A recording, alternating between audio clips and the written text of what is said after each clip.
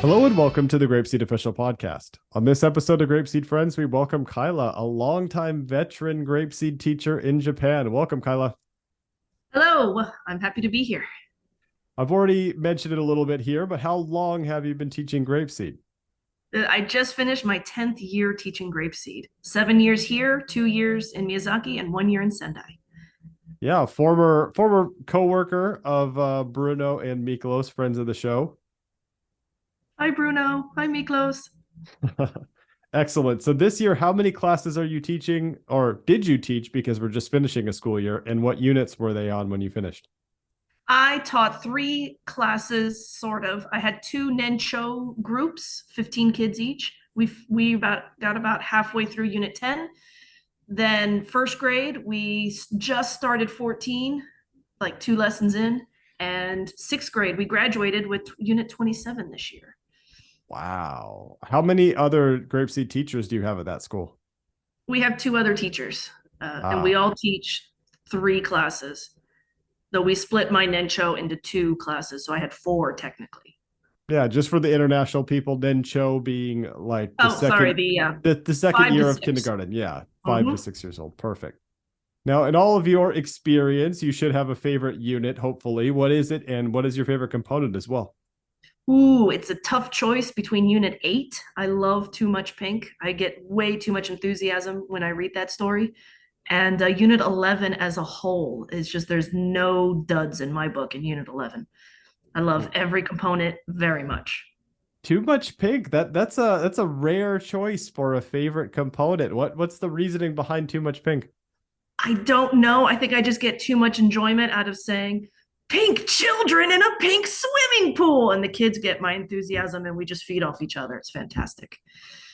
That's amazing. I don't think I think in all these podcasts I don't think anybody's ever mentioned too much pink. I think we've heard shout outs to Unit 8 being really popular, but yeah, that's cool to hear.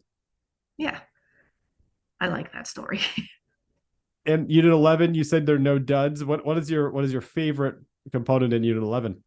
Oh, probably Sally. What Sally went down to the ocean, what Sally saw.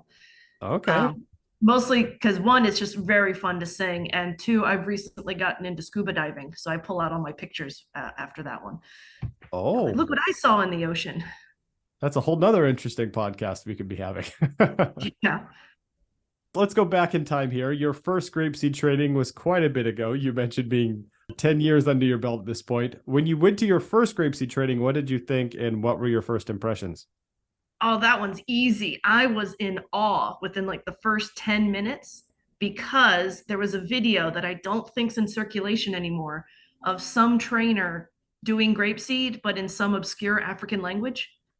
And after just a 2 minute video of this guy doing "This is my family," I was like, I think I could speak this African language now. And it clicked. That moment was okay. I'm sold. I'm in. I'm all in. Tell me more. Tell me more. Tell me more. That video, I do remember that one. That one, Mr. Marius. So shout out if he's listening, doing yeah, that was a great one. And I think it's a testament because you mentioned that you've been teaching at multiple different schools, but you've also wanted to maintain teaching grapeseed no matter where you went. So you've been Mm-hmm. hooked for quite a while now.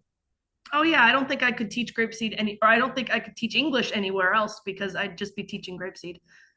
So I may as well just stick with the license, avoid any licensing issues, and just keep teaching grapeseed wherever I can find it. Excellent. You said you were hooked there from the very beginning of your training, but then you had to get into the classroom and actually see grapeseed be effective. So when did you notice that grapeseed was really working for you? For me, I don't know. It's 10 years ago, mind you. I've got a vivid image of this little kid. I don't know if I should say names, but he just being so excited to say hello to me. And then slowly he started adding a few more words to it. And I did have the wonderful example of Bruno and Miklos, who already had kids who were speaking amazingly. And I'm fresh off the boat. I don't even really realize how amazing this is yet until I started seeing them grow for myself. But Excellent. I So can't think of a specific moment. Ah, Just having great role models and going, I think I can get my kids to do that. I hope. so far in these 10 years, what has been the funniest thing a student of yours has said in class?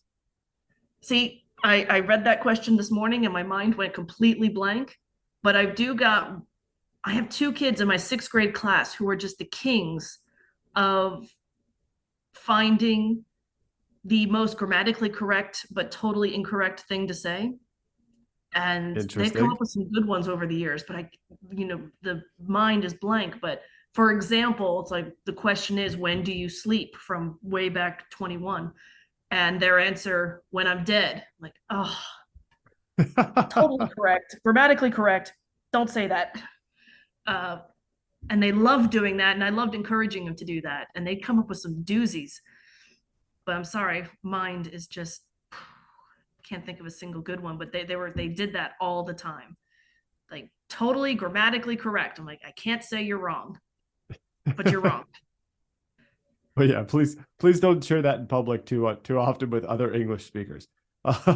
Exactly. I'm sure there have been Totally some correct. challenges But along the way. So, what was one challenge you had teaching grapeseed, and how did you overcome it? probably the most notable challenge was when I taught up in Sendai, not at Mason, no worries. I ended up becoming like in charge of a class by accident. And so and I'm fully a believer if you have to speak English all the time. You can't, I'm deaf and dumb to Japanese while I'm in the classroom. And it was hard the first couple weeks because I got really good at charades, is what ended up happening. But like about 3 weeks in, one of the kids came up to me, started speaking Japanese, was very excited to tell me this fantastic story. And I'm like, kid, I'm sorry, I have no idea what you're saying. And he looked at me, tilted his head, and the light bulb went off. And he started using the little bit of English that he knew, which wasn't much at the time because he was only like unit 3. And from that, the rest of the class got easier.